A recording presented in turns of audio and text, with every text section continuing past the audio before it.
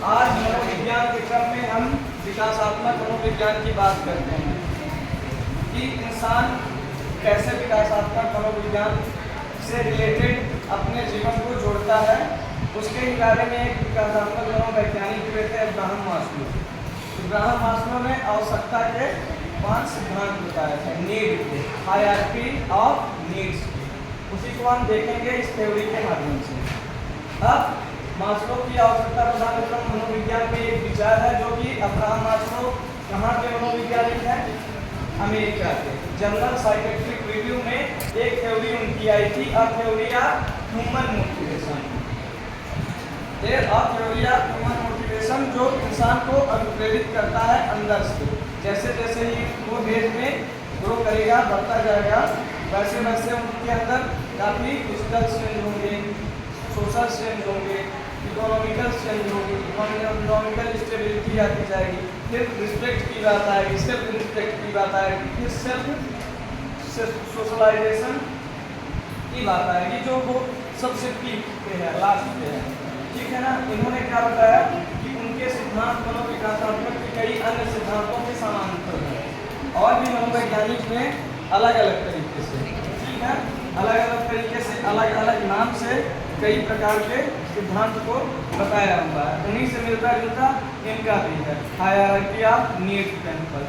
तो मास्लो की आवश्यकता का प्रधान सिद्धांत में क्या बताता है कि जिनमें कुछ मनुष्यों का विकास के चरणों का ध्यान केंद्रित करने की एक सिद्धांत वर्गीकरण प्रणाली है, जिसका उद्देश्य समाज की सार्वभौमिक जरूरतों के आधार पर प्रतिनिधित्व करता है। अब हम ह्यूमन बींग्स हैं कि नहीं ह्यूमन बींग्स? ठीक, अब हम ह्यूमन बींग्स हैं तो हमारी आवश्यकता समय समय पर बदलती जाएगी ना, बदलती जाती है ना। फिर वही आवश्यकता जब पूरी हो जाती है, जब हम सेटिस्फाइड हो जाते हैं, तो उस आवश्यकता की हमें जरूरत ही नहीं पड़ती, लगता है कि हमें यहाँ हटाओ।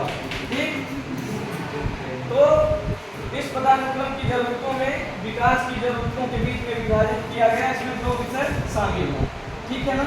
प्रथम तो सेल्फ और इसके बाद जो प्रायोरिटी वाली चीज़ें होती हैं उनकी। उदाहरण के लिए समाजशास्त्र जैसे उच्च शिक्षा में प्रबंधन अनुबंधन सिखाता है ना, वैसे ही मनोविज्ञान के क्षेत्र में इनका सिद्धांत व्यक्तियों को मैनेज करना सिखाता है। ठीक, अब इसके अलावा जरूरतों के पदानुक्रम में बोध या अध्ययन करने के लिए मनुष्य के आंतरिक व्यवहार, मनुष्य की जो प्रेरणा है, एक बाहरी प्रेरणा होती है, ठीक, एक आंतरिक प्रेरणा होती है। बाहरी प्रेरणा आप किसको मानोगे? उदाहरण बता सकते हैं बाहरी प्रेरणा का? बाहरी प्रेरणा का मतलब ये होता है कि अगर हमने कहा कि आप मेरी कॉपी टाइम से कंप्लीट करके लाओगे, मैं आपको 5 नंबर एक्स्ट्रा दूंगा, ये हो गया बाहरी प्रेरणा। आप अगर कॉपी टाइम से कंप्लीट करके आओगे तो हम आपको कितना दे, मतलब 4 कॉपी देंगे, ये हो गई बाहरी प्रेरणा। आप पढ़ रहे हो 25,000 रुपये के लिए, अगर पढ़ रहे हो आप, अच्छे नंबर ला रहे हो, तो ये है बाहरी प्रेरणा। लेकिन बिना कुछ किए, ठीक, टीचर की बातों का अनुसरण करके खुद के डेवलपमेंट के लिए, अगर खुद के लिए आप काम करते हैं, इसको क्या कहते हैं? आंतरिक अभिप्रेरणा। तो यहाँ पे भी 5 अभिप्रेरणाओं का जिक्र किया गया है। शारीरिक सुरक्षा, संबद्धता और प्यार, सामाजिक जरूरतें, सम्मान, आत्मबोध और सबसे ऊपर होता है उत्कर्ष, मतलब एकदम स्टीम करके। ये सारी चीज़ें जब इंसान के जीवन में आ जाती हैं तो हम क्या कर लेते हैं, मतलब जीवन से इतने सेटिस्फाइड हो जाते हैं कि हमारा जीवन जब से जन्मे 60 साल के हो गए, हम इतनी ज़रूरतों को, मतलब इतनी ज़रूरतें हमारी पूरी हो चुकी हैं। अब इसकी बात आते हैं थ्योरी। इनकी थ्योरी में फर्स्ट स्टेज, इनकी थ्योरी में 6 स्टेजेस हैं, 5 ही समझ सकते हैं। पहला है साइकोलॉजिकल, ठीक है ना। साइकोलॉजिकल का मतलब ये है कि जैसे इंसान का दिमाग, इंसान की जो ज़रूरतें हैं, दिमागी ज़रूरतें हैं, सामाजिक ज़रूरतें हैं, इकोनॉमिक की ज़रूरतें हैं, पहला स्टेज इनका बताता है साइकोलॉजिकल स्टेज। दूसरा है सेफ्टी, उसकी सुरक्षा चाहता है, ठीक है ना। जैसे हमारा जन्म हुआ, हम बड़े हुए, तो हमारी सुरक्षा क्या होगी, सिक्योरिटी क्या होगी, तो उसमें क्या आता है? नींद, भूख, है ना, नींद, भूख, खाना पीना इत्यादि। फिर है बिलोंगिंग टू लव, जब ये सारी चीज़ें मिलने लगती हैं और स्टेज आ जाती है कहाँ? युवा अवस्था की तरफ जब भागती है, 16 की बाद वाली अवस्था, तो वहाँ बिलोंगिंग, लव, प्यार इंसान चाहता है एक दूसरे से। समझ रहे हो, है ना, कि मुझे भी कोई समझने वाला हो, प्यार करने वाला हो, एक पूरा।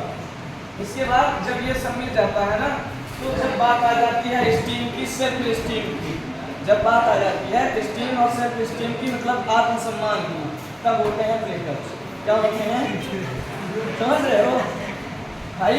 कभी कभार इंसान का अहम आ दिया जाता है, दो लोग होते हैं, प्यार की जरूरत होती है, साथ में रहें, तो इस स्टेज में जैसे ही 21-22 साल के हो गए हम, तो क्या हो जाता है, हम लोगों में अलगाव हो जाता है, टकराव हो जाता है, मनमुटाव हो जाता है।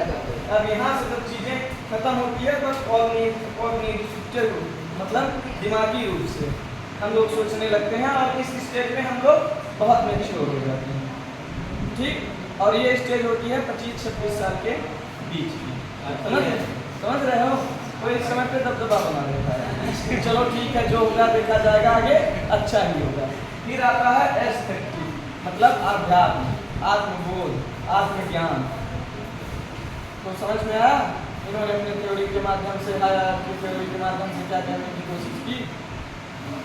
और जब भी क्वेश्चन आते हैं एग्जाम में, शिक्षक भर्ती में जब भी क्वेश्चन आएंगे, टीचिंग भर्ती में या मनोविज्ञान जहाँ आता है, तो इस थ्योरी से हमेशा एक क्वेश्चन आता है, और इन स्टेजों के बारे में पूछ लेता है कि ये किस स्टेज में आता है, ये किस स्टेज में आता है, और यही ऑप्शन रहेंगे। पहला है साइकोलॉजिकल सेफ्टी, साइकोलॉजिकल, दूसरा है सेफ्टी, फिर बिलोंगिंग एंड लव, फिर स्टीम, फिर कॉग्निशन, फिर ऑथेंटिक, और सबसे ऊपर सेल्फ, इंसान मतलब एकदम खुली किताब की तरह, और सेल्फ एक्चुअलाइजेशन, आत्मविश्लेषण करने वाला हो जाता है, जहाँ उसको किसी की नीड नहीं है, वो अकेला काफी रहता है। उम्मीद करते हैं समझ में आया।